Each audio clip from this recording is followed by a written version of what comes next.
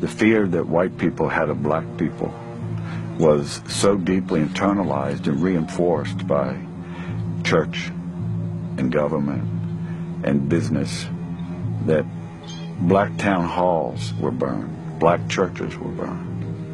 And if a black man defended himself against the aggressor, against a white man, not only could he be killed, but his family could be killed. He might be subjected to hours of torture. In some cases, more than one, a black man was tied on a log and burned from his feet up so that an extensive crowd of people could take pleasure out of the screams and the horror. At his home near Savannah, Georgia, James Allen has collected a photographic record of racial violence in the South. For the past 20 years, he's found horrifying pictures in the family albums of ordinary Southern homes.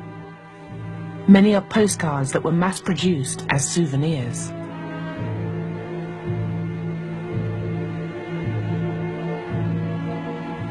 Some of these images were printed in the tens of thousands and sold for a dime or $1 a piece. Some of the postcards tell you where to write and the discounts you'll get if you buy 1, 10, or 100. They were sold in drugstores and pharmacies. They were sold on the street. I purchased a photograph from a woman. The photographer sold them door to door. Her mother bought the image for $2.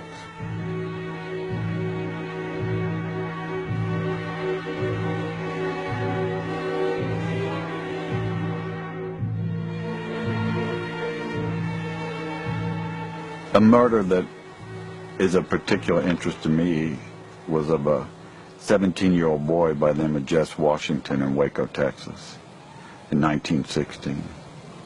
He was seriously mentally challenged. The wife of the farmer that he worked for was found dead. He was arrested. He was brought to trial. The trial took from 10 until 12.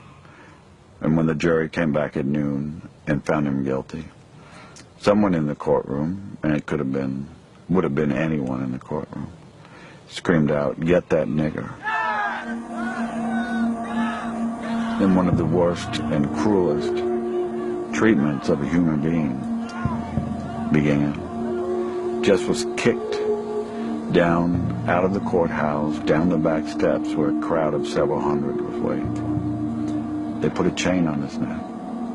There were 16,000 people crowding the street to watch this boy be tortured. Jess was tied to the chain over a branch of a tree. The fire was started. They raised Jess from the fire up into the air so that the crowd could see him. There were cheers, like at a football game, cheering the torturers on. When Jess tried to climb up the chain, hand by hand, they cut his fingers off one by one so that all he could do was slap at the chain. They lowered him back down in the fire. A man came up and castrated him. Another man kept a pole so that he couldn't crawl out of the fire. And time and again they pulled him up to keep him from dying so that the crowd could be satisfied, until he finally died.